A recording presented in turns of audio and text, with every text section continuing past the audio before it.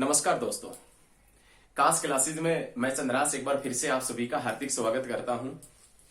हमने आपके लिए ज्योग्राफी सीरीज चलाई हुई थी और उस ज्योग्राफी सीरीज के अंदर आज का जो टॉपिक है, आज का जो चैप्टर है, आज की जो क्लास है वो भारत का भूगर्भिक इतिहास है। आज हम भारत का भूगर्भिक इतिहास पढ़ेंगे, याद रखिएगा। आइए भारत के भूगर्भिक इतिहास के बारे में जानते हैं। आज आशा करते हैं कि सभी जो पिछले टॉपिक हुए हैं वो सभी को समझ में आ रहे होंगे, और यदि किसी को किसी प्रकार का डाउट है तो आप कमेंट में वो डाउट लिखें, हम उसका आंसर अवश्य देंगे और उस गलती पर हम सुधार करेंगे। आइए भारत के भूगर्भिक इतिहास के बारे में जानते हैं। अब यहां पर क्वेश्चन ये उठता है कि किसी भी देश का भूगर्भिक इतिहास क्यों पढ़ा जाता है। तो याद रखिएगा, भूगर्भिक इतिहास का अध्ययन इसलिए किया जाता है ताकि उस देश के अंदर जो चट्टान मिल रही है, उन चट्टानों की प्रकृति और स्वरूप के बारे में जान सके, इसलिए किसी भी देश का भूगर्भिक इतिहास का अध्ययन किया जाता है। अब क्वेश्चन ये आता है कि आज हम पढ़ रहे हैं, किसी भी देश का जिक्र नहीं कर रहे, लेकिन आज हम भारत का भूगर्भिक इतिहास जानेंगे। भारत के भूगर्भिक इतिहास के अंदर प्राचीन काल से लेकर और नवीन काल जो वर्तमान में जो चला हुआ है, यहां तक की चट्टानें मिलती है। कहने का तात्पर्य भारत में प्राचीनतम चट्टानों से लेकर और नवीनतम चट्टान मिलती है। अब प्राचीनतम चट्टानों में जिसमें नाम आता है अरावली, जो विश्व का सबसे पुराना पर्वत श्रृंखला है, और नवीनतम चट्टानों के पॉइंट की बात करें तो नवीनतम चट्टान जो आप सभी को मालूम है, जो भारत के उत्तरी हिस्से के ऊपर स्थित है। तो याद रखिएगा, उत्तर भारत के अंदर स्थित है उत्तर भारत की विशाल पर्वतमाला जिसका नाम है हिमालय। ये विश्व की सबसे नई पर्वत श्रेणी है और विश्व की जो सबसे पुरानी पर्वत श्रेणी बताई गई है वो अरावली है। और दोनों पर्वत श्रेणियों का संबंध कौन से देश से है? याद रखिएगा, भारत से है। लेकिन भारत का जो भूगर्भिक इतिहास है, भारत को भूगर्भिक दृष्टि से कितने भागों में बांटा गया है? तो याद रखिएगा, भारत को भूगर्भिक दृष्टि से 3 भागों के अंदर बांटा गया है। और वो 3 भाग जिसमें सबसे पहले नाम आता है दक्षिण का प्रायद्वीपीय पठार। याद रखिएगा, लिखते चलिएगा साथ के साथ में। पहला पार्ट दक्षिण का प्रायद्वीपीय पठार, दूसरा उत्तर भारत की विशाल पर्वतमाला, और तीसरा याद रखिएगा उत्तर भारत का विशाल मैदान। याद रखिएगा, भूगर्भिक दृष्टि से भारत को कितने भागों के अंदर बांटा गया है? तो आप याद रखिएगा 3 भागों के अंदर। सबसे पहला क्वेश्चन आता है दक्षिण का प्रायद्वीपीय पठार, उसके बाद में उत्तर की विशाल पर्वतमाला, और तीसरा उत्तर भारत का विशाल मैदान। सबसे पहले जो हम डिस्कस करेंगे उसमें हम बात करेंगे दक्षिण का प्रायद्वीपीय पठार। सबसे पहले जो डिस्कशन करेंगे उसमें नाम आता है दक्षिण का प्रायद्वीपीय पठार। याद रखिएगा, दक्षिण का प्रायद्वीपीय पठार। दक्षिण के प्रायद्वीपीय पठार के यदि पॉइंट का जिक्र करें तो दक्षिण का प्रायद्वीपीय पठार बना कब था? तो याद रखिएगा, आज से लगभग 4600 मिलियन वर्ष पूर्व। याद रखिएगा, आज से लगभग 4600 मिलियन वर्ष पूर्व दक्षिण का प्रायद्वीपीय पठार बना था। आज से लगभग 4600 मिलियन वर्ष पूर्व दक्षिण का प्रायद्वीपीय पठार बना। आज से 4600 मिलियन वर्ष पूर्व कौन सा काल हुआ करता था, कौन सा युग था, कौन सा पीरियड हुआ करता था? तो याद रखिएगा, आज से 4600 मिलियन वर्ष पहले प्री कैम्ब्रियन युग हुआ करता था। प्री कैम्ब्रियन युग हुआ करता था जब दक्षिण का प्रायद्वीपीय पठार बना था। दक्षिण भारत का जो प्रायद्वीपीय पठार है, एक टाइम ऐसा था कि ये क्षेत्र है ना, ये क्षेत्र पानी के अंदर डूबा हुआ था, लेकिन किसी भी भूगर्भिक हलचल के कारण यह क्षेत्र पानी से ऊपर उठ गया और उसके बाद में कभी भी पानी के नीचे नहीं गया है। सेकंड क्वेश्चन कि दक्षिण का जो प्रायद्वीपीय पठार है, दक्षिण का प्रायद्वीपीय पठार कौन सी चट्टानों से बना है? तो याद रखिएगा, दक्षिण का प्रायद्वीपीय पठार आर्कियन युग की आग्नेय चट्टानों से बना है। कौन सी चट्टानों से बना है? आग्नेय चट्टानों से दक्षिण का प्रायद्वीपीय पठार बना है। और याद रखिएगा, दक्षिण के प्रायद्वीपीय पठार का वर्तमान में काफी मात्रा में रूपांतरण हो चुका है, निक्षेपण हो चुका है, जिसके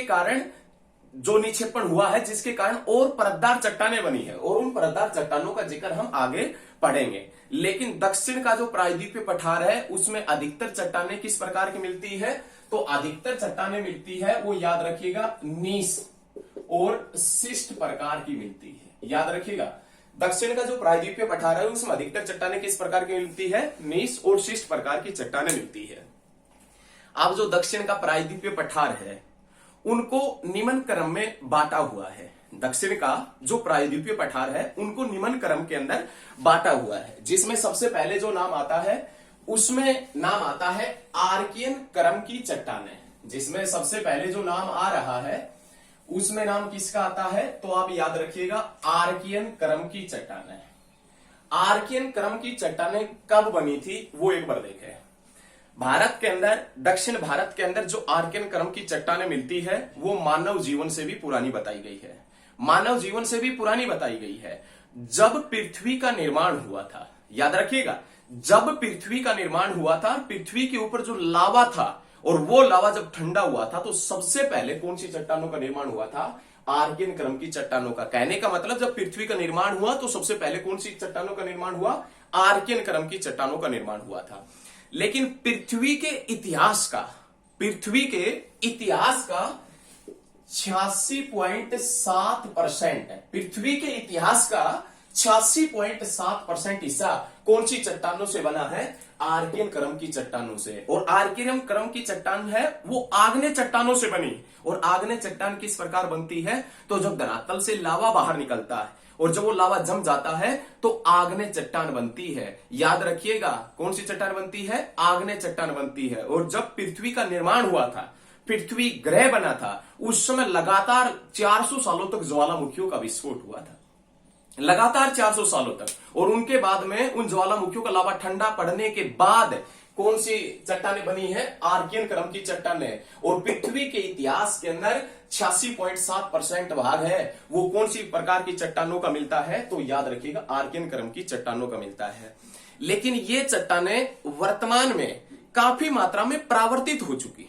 ये चट्टानें वर्तमान में काफी मात्रा में परावर्तित हो चुकी है। मतलब इसका, इन चट्टानों का रूपांतरण हो चुका है। याद रखिएगा, और अब काफी मात्रा में रूपांतरण हो चुका है इन चट्टानों का, तो इन चट्टानों के अंदर जीवाश्मों की कमी मिलती है। याद रखिएगा, इन चट्टानों के अंदर जीवाश्मों की कमी मिलती है। और थर्ड पॉइंट याद रखिएगा, दक्षिण भारत का, प्रायद्वीपीय भारत का 2/3 हिस्सा कौन से क्रम की चट्टानों से बना है? तो आर्कियन क्रम की चट्टानों से बना है। दक्षिण भारत का, प्रायद्वीपीय भारत का 2/3 हिस्सा कौन से क्रम की चट्टानों से बना है? आर्कियन क्रम की चट्टानों से बना है। ये सभी चीजें आपके दिल और दिमाग में रहनी चाहिए। मानव जीवन से भी पुरानी बताई गई है।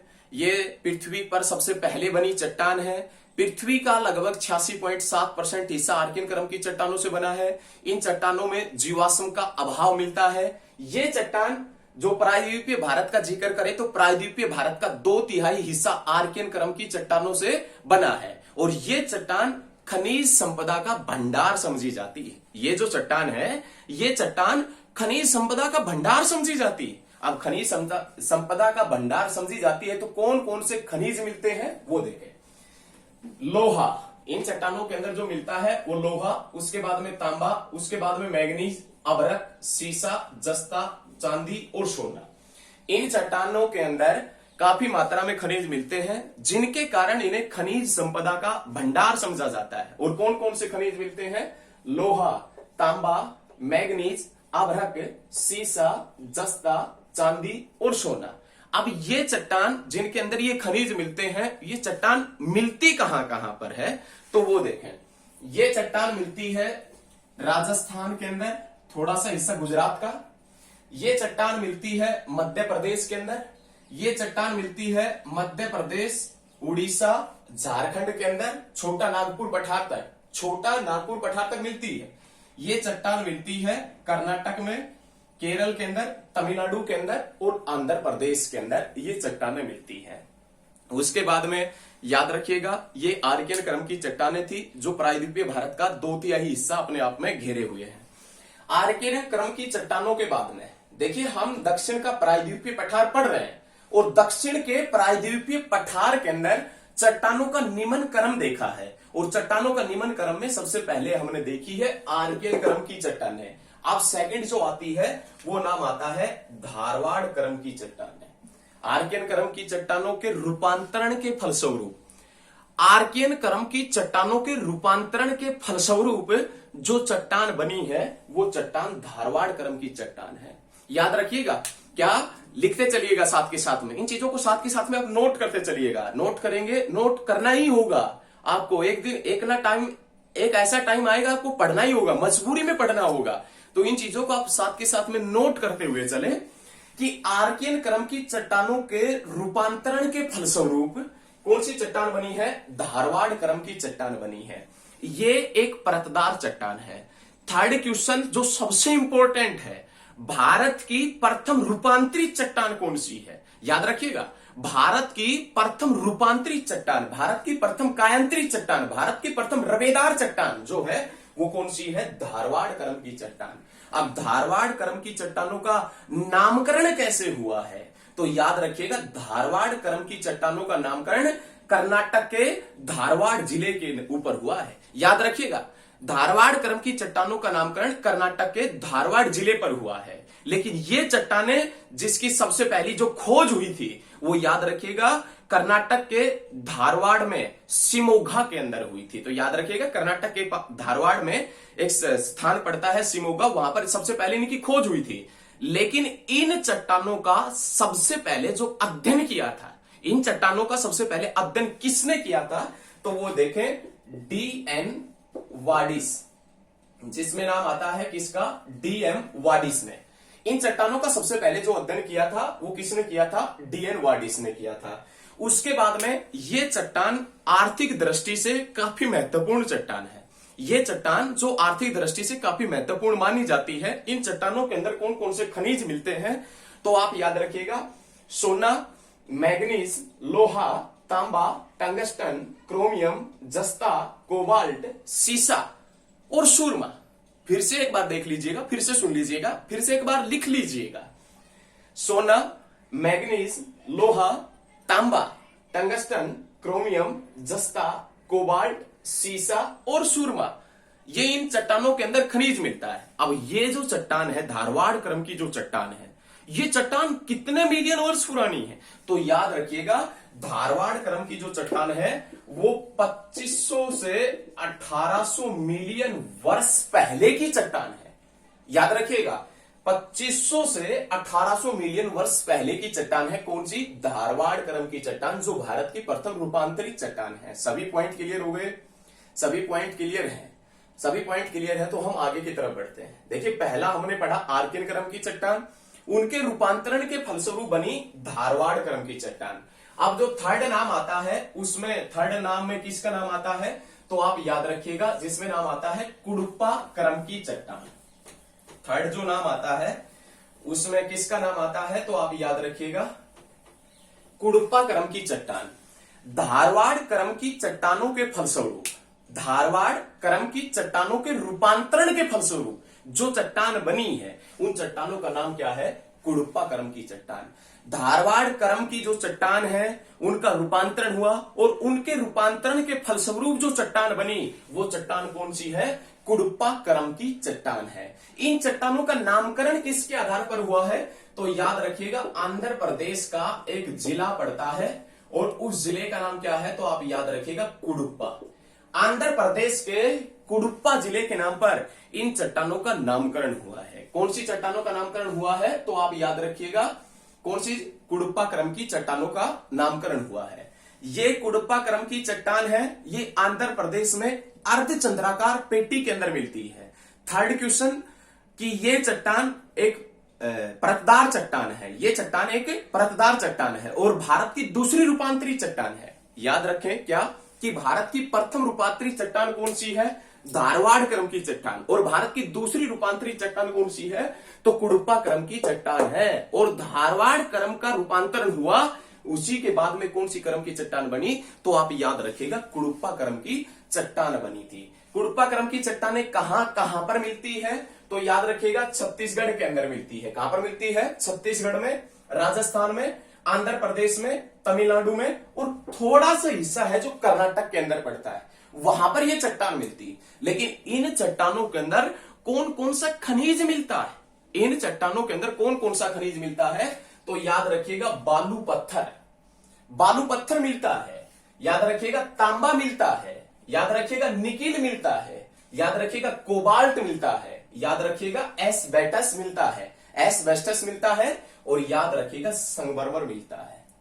इन चट्टानों के अंदर जो मिलने वाले खनिज है वो खनिज कौन कौन से हैं? बालू पत्थर, तांबा, निकेल, कोबाल्ट, एस्बेस्टस और संगमरमर इन चट्टानों के अंदर मिलता है। तो याद रखिएगा ये कुडपा क्रम की चट्टान थी।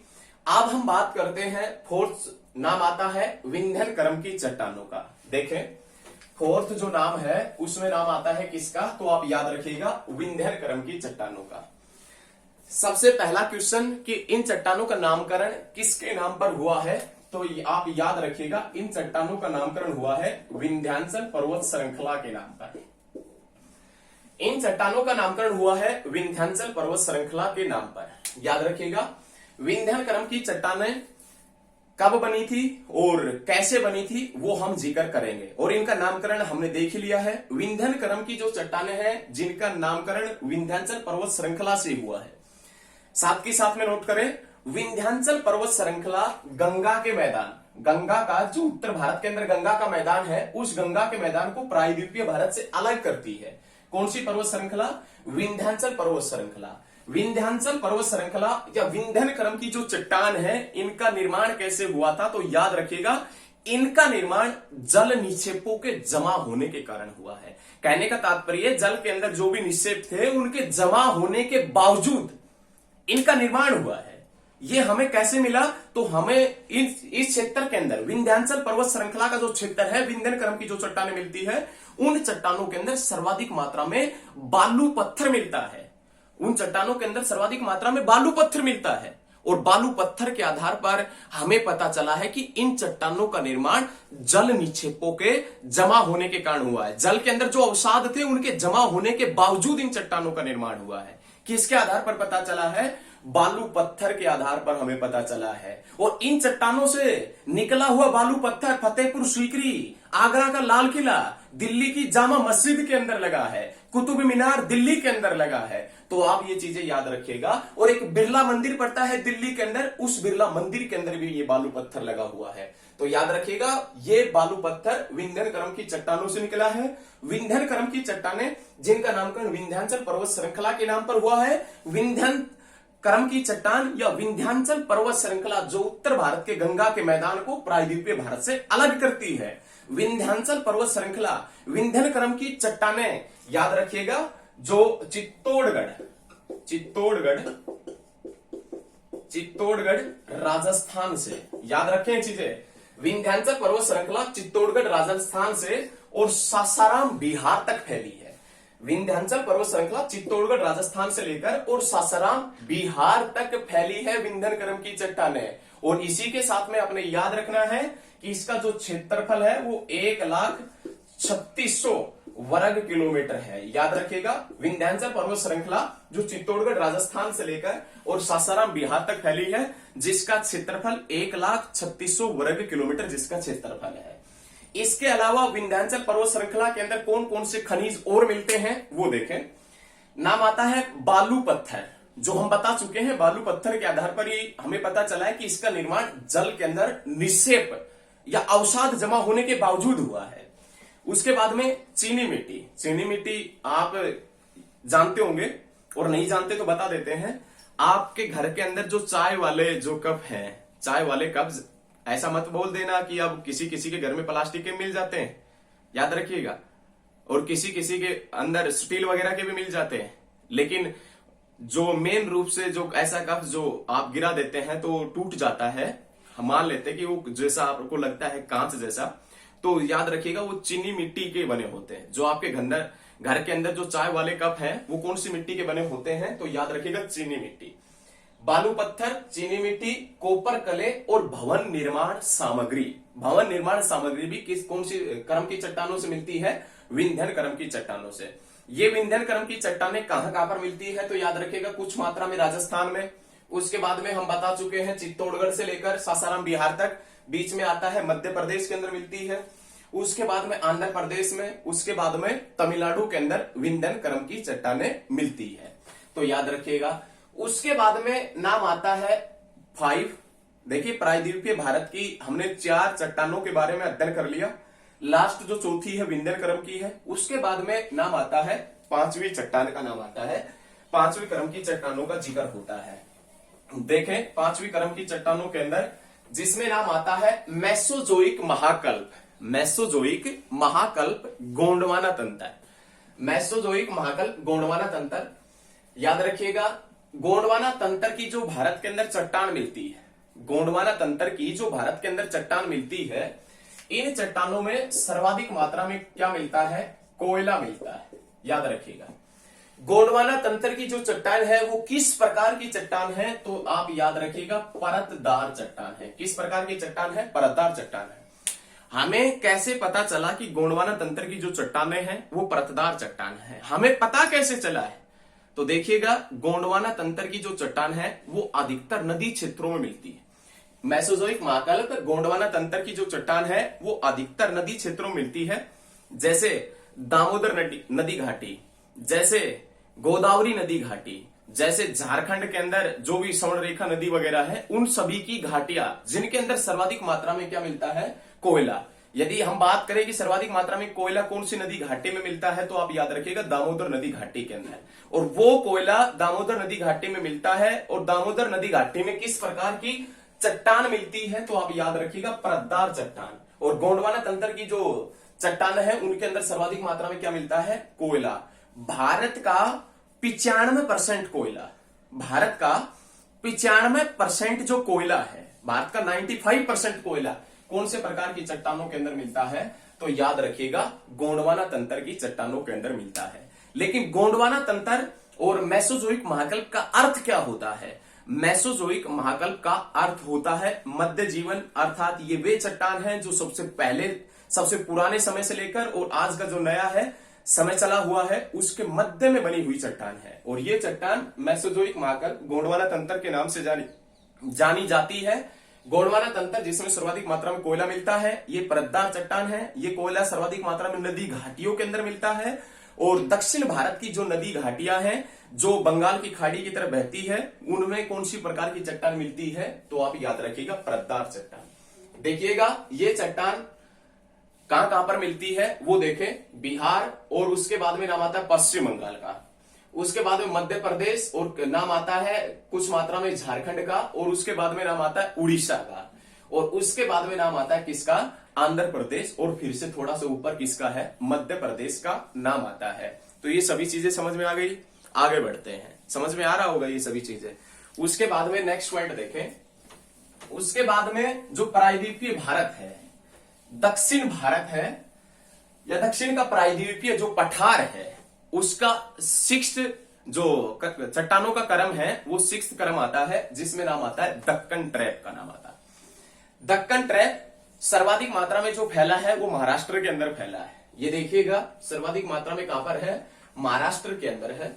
और ये दक्कन ट्रैप है, ये याद रखिएगा मेसोजोइक महाकल्प के जो अंतिम समय था मेसोजोइक महाकल्प का, उसके अंदर दौरान ये बना था। याद रखिएगा मेसोजोइक महाकल्प का अंतिम समय जो हुआ करता था उसके अंदर दक्कन ट्रैप का निर्माण हुआ था। दक्कन ट्रैप का निर्माण किस प्रकार हुआ था? तो याद रखिएगा मेसोजोइक महाकल्प के अंतिम समय में प्रायद्वीपीय भारत में प्रायद्वीपीय पठार के ऊपर सर्वाधिक मात्रा में ज्वालामुखियों का विस्फोट हुआ था। और सर्वाधिक मात्रा में ज्वालामुखियों का विस्फोट हुआ, उसके बाद में जो लावा जमा, उसके कारण किसका निर्माण हुआ था? तो याद रखिएगा दक्कन ट्रैप का निर्माण हुआ था। दक्कन ट्रैप जिसका टाइम पीरियड कितना बताया गया है? तो आप याद रखिएगा 2.6 मिलियन से लेकर और 11,500 साल पहले का बताया गया है। दक्कन ट्रैप का जो निर्माण हुआ है वो याद रखिएगा 2.6 मिलियन से लेकर 11,500 वर्ष पहले का बताया गया है। और ये याद रखिएगा जिसके अंदर पहले ज्वालामुखियों का विस्फोट हुआ, उसके बाद में लावा जमा, और लावा जमने के कारण किसका निर्माण हुआ? दक्कन ट्रैप, जो महाराष्ट्र के अंदर, थोड़ा तेलंगाना के अंदर, कर्नाटक के अंदर और गुजरात के अंदर फैला है। याद रखें। उसके बाद में ये तो था दक्षिण का प्रायद्वीपीय पठार, जिसे 6 क्रम की चट्टानों के अंदर बांटा हुआ है। हमने कहा था कि जो दक्षिण का प्रायद्वीपीय पठार है इसके अंदर खनिज कौन कौन से मिलते हैं? तो याद रखिएगा इसके अंदर बेसाल्ट लावा मिलता है। इसके अंदर मैग्नीशियम मिलता है, इसके अंदर कोबाल्ट मिलता है, याद रखिएगा। और इसके टूटने फूटने से कौन सी मिट्टी बनती है दक्कन ट्रैप के, तो काली मिट्टी बनती है। और इसके अंदर कौन सा खनिज मिलता है, तो जो भी भवन निर्माण से संबंधित सामग्री है, भवन निर्माण से संबंधित सामग्री भी मिलती है, किसके अंदर, दक्कन ट्रैप के अंदर मिलती है। देखें एक बार, भारत के भूगर्भिक इतिहास को 3 भागों के अंदर बांटा था, जिसमें हमने आपसे बताया है दक्षिण का प्रायद्वीपीय पठार, दक्षिण का प्रायद्वीपीय पठार जिसके अंदर कितने चट्टानों के क्रम देखे हमने, 6 चट्टानों के क्रम देखे। उसके बाद में नाम आता है उत्तर की विशाल पर्वतमाला, उत्तर की विशाल पर्वतमाला। और उसके बाद में नाम आता है उत्तर भारत का विशाल मैदान। देखिए, पहले नाम आता है उत्तर की विशाल पर्वतमाला और उसके बाद में नाम आता है उत्तर का विशाल मैदान का जिक्र करेंगे। लेकिन उनका जिक्र करने से पहले हम एक पॉइंट का डिस्कस कर लेते हैं और उस पॉइंट का नाम है करेवा। आपने पहले किसी बुक में देखा होगा, और नहीं देखा है तो आप जब बेहतरीन तरीके की तैयारी करेंगे या किसी भी बड़े एग्जाम की तैयारी करेंगे तो उसमें लिखा मिलेगा कि करेवा होता क्या है। एक ऐसा टाइम था, ऐसा युग था, और उस युग का नाम हुआ करता था प्लायोसटोसिन। याद रखिएगा, प्लायोसटोसिन युग, जिसका टाइम पीरियड हुआ करता था लगभग 2.5 मिलियन से लेकर 11,500 वर्ष पहले का। एक युग था, एक युग जिसका नाम था प्लायोसटोसिन युग, जिसका टाइम पीरियड था लगभग 2.5 मिलियन वर्ष से लेकर, और याद रखिएगा 11,500 वर्ष पूर्व तक का। इस युग के अंदर जो झील हुआ करती थी, उन झीलों के अंदर कुछ अवसाद जमा हो गए थे, और उन्हीं अवसादों को बाद में किस नाम से जाना गया था, करेवा के नाम से। एक बार आप इसकी डेफिनेशन लिख लीजिए, करेवा होता क्या है। प्लायोसटोसिन युग की झीलों में जमा हुए अवसादों को करेवा के नाम से जानते हैं। प्लायोसटोसिन युग की झीलों में जमा हुए अवसादों को करेवा के नाम से जाना जाता है। अब प्लायोसटोसिन युग की झीलें जिनके अंदर अवसाद जमा हुए, जिसे करेवा के नाम से जानते हैं। अब इस करेवा के एग्जाम्पल क्या भारत में देखने को मिलते हैं, तो याद रखिएगा मिलता है कहां पर, जम्मू कश्मीर के अंदर।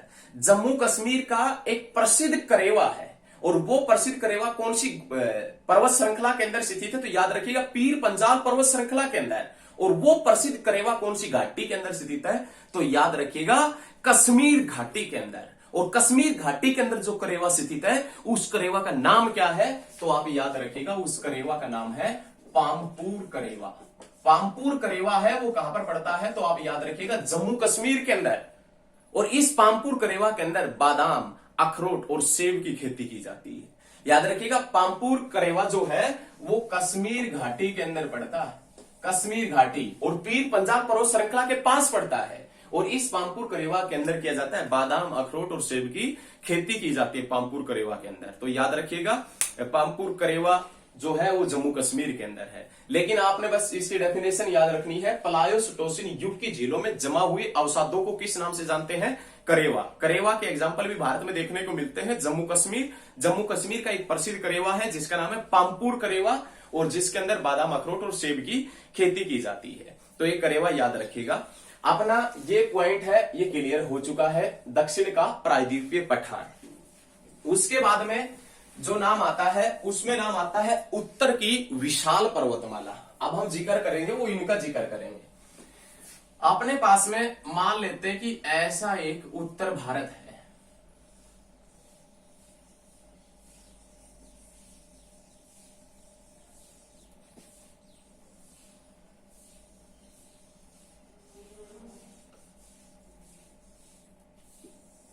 अपने पास में हम मान लेते हैं कि अपने पास में एक ऐसा उत्तर भारत है, और इसी उत्तर भारत के अंदर एक पर्वत श्रृंखला फैली है। उस पर्वत श्रृंखला को किस नाम से जानते हैं, हिमालय के नाम से। ये देखिएगा, यहां पर जो पर्वत श्रृंखला फैली है वो हिमालय के नाम से जाना जाता है। ये उत्तर भारत के अंदर फैली है लगभग। ये पर्वत श्रृंखला किस नाम से जानी जाती है, हिमालय के नाम से। विश्व की सबसे नई बनी पर्वत श्रेणी है हिमालय। हिमालय जो पर्वत श्रृंखला है वो हिम प्लस आलय शब्द से मिलकर बनी है, जो संस्कृत भाषा के शब्द है जिसका अर्थ होता है बर्फ का घर। याद रखिएगा, हिमालय हिम प्लस आलय से मिलकर बना है और हिम प्लस आलय संस्कृत भाषा के शब्द है जिसका अर्थ होता है बर्फ का घर, जिसका अर्थ होता है। अब हिमालय पर्वत श्रृंखला का जिक्र हुआ है भारत के भूगर्भिक इतिहास में। कहने का तात्पर्य हिमालय भारत के लिए कैसे महत्वपूर्ण है, तो आप देखिएगा, जब सर्दियों के अंदर साइबेरिया रूस वाली ठंडी हवाएं आती है तो हिमालय उनको रोककर भारत की रक्षा करता है। याद रखिएगा, जब भारत के अंदर मानसून प्रवेश करता है, जब भारत के अंदर मानसून आता है तो उस मानसूनी हवाओं को रोककर ये पूरे भारत में लगभग अच्छी खासी वर्षा करता है। याद रखिएगा, यहां से कुछ वर्षवाहिनी नदियां निकलती हैं। याद रखिएगा, ऐसी नदी जो पूरे साल बहती है वो नदियां यहां से निकलती है, जिसके कारण उत्तर भारत का विशाल मैदान काफी मात्रा में उपजाऊ है। हिमालय से जो वर्षवाहिनी नदियां निकली थी, जो नदियां पूरे साल बहती थी, जिसके कारण उत्तर भारत का विशाल मैदान बना, और वो मैदान किसके कारण बना है? उन्हीं नदियों के कारण बना है, क्योंकि नदियों के द्वारा कौन सी मिट्टी जमा की गई? जलोढ़ मिट्टी। और जलोढ़ मिट्टी के कारण कौन सा मैदान बना था? तो याद रखिएगा, कौन सा मैदान बना था? उत्तर भारत का विशाल मैदान। उसके बाद में जो हिमालय है ये हमारे लिए काफी मात्रा में वनस्पतियों का भी फायदा पहुंचाता है, और ये हिमालय जिसके ऊपर भारत के काफी मात्रा में पर्यटन स्थल स्थित है। तो याद रखिएगा, ये हमारा दूसरा पार्ट था उत्तर की विशाल पर्वतमाला। आर्थिक दृष्टि से भी काफी महत्वपूर्ण दिखाई देता है, जिसे 4 भागों के अंदर बांटा गया है। विश्व की सबसे नई पर्वत श्रेणी है हिमालय। उसके बाद में नाम आता है उत्तर भारत का विशाल मैदान। पहला क्वेश्चन कि उत्तर भारत का जो ये विशाल मैदान है, ये जो क्षेत्र है उत्तर भारत का विशाल मैदान, इस मैदान का निर्माण कैसे हुआ है? तो उत्तर भारत के विशाल मैदान का निर्माण नदियों के द्वारा जमा किए गए निक्षेपों के कारण हुआ है। नदी जो भी पहाड़ों से अपने साथ में अवसाद वगैरह लेकर आ रही थी, उन अवसादों के जमा होने के कारण किसका निर्माण हुआ है? तो उत्तर भारत के विशाल मैदान का निर्माण हुआ है। उत्तर भारत का विशाल मैदान जिसमें अच्छी प्रकार की मिट्टी मिलती है, जिसमें जलोढ़ मिट्टी मिलती है, जो फसलों के लिए सर्वाधिक उपजाऊ है। तो याद रखिएगा, उत्तर भारत के विशाल मैदान के अंदर अच्छी खासी फसल होती है और ये जलोढ़ मिट्टी काफी उपजाऊ है। कहने का तात्पर्य उत्तर भारत का विशाल मैदान काफी मात्रा में उपजाऊ है, काफी समृद्ध मैदान है। तो ये सभी चीजें आप याद रखिएगा। ये भारत के भूगर्भिक इतिहास से संबंधित कुछ पॉइंट थे। हमने भारत के भूगर्भिक इतिहास से संबंधित कुछ पॉइंटों का डिस्कशन किया है और आशा करते हैं कि सभी पॉइंट आपके माइंड में आए होंगे। लेकिन इन पॉइंटों को आप साथ के साथ में नोट कर लीजिए, साथ के साथ में इन पॉइंटों को लिख लीजिए। आप लिखेंगे तो उतना ही आपका फायदा होगा। तो ये सभी चीजें याद रखिएगा। और यदि आपको वीडियो अच्छा लगता है तो लाइक करें, कमेंट करें और चैनल को ज्यादा से ज्यादा सब्सक्राइब करें, ताकि कोई भी हमारा नया लेटेस्ट वीडियो आए तो सबसे पहले आपके पास में पहुंच चुके, और ज्यादा से ज्यादा स्टडी ग्रुप में शेयर करें। तो आज के लिए इतना ही, मिलते हैं नेक्स्ट वीडियो के अंदर। धन्यवाद।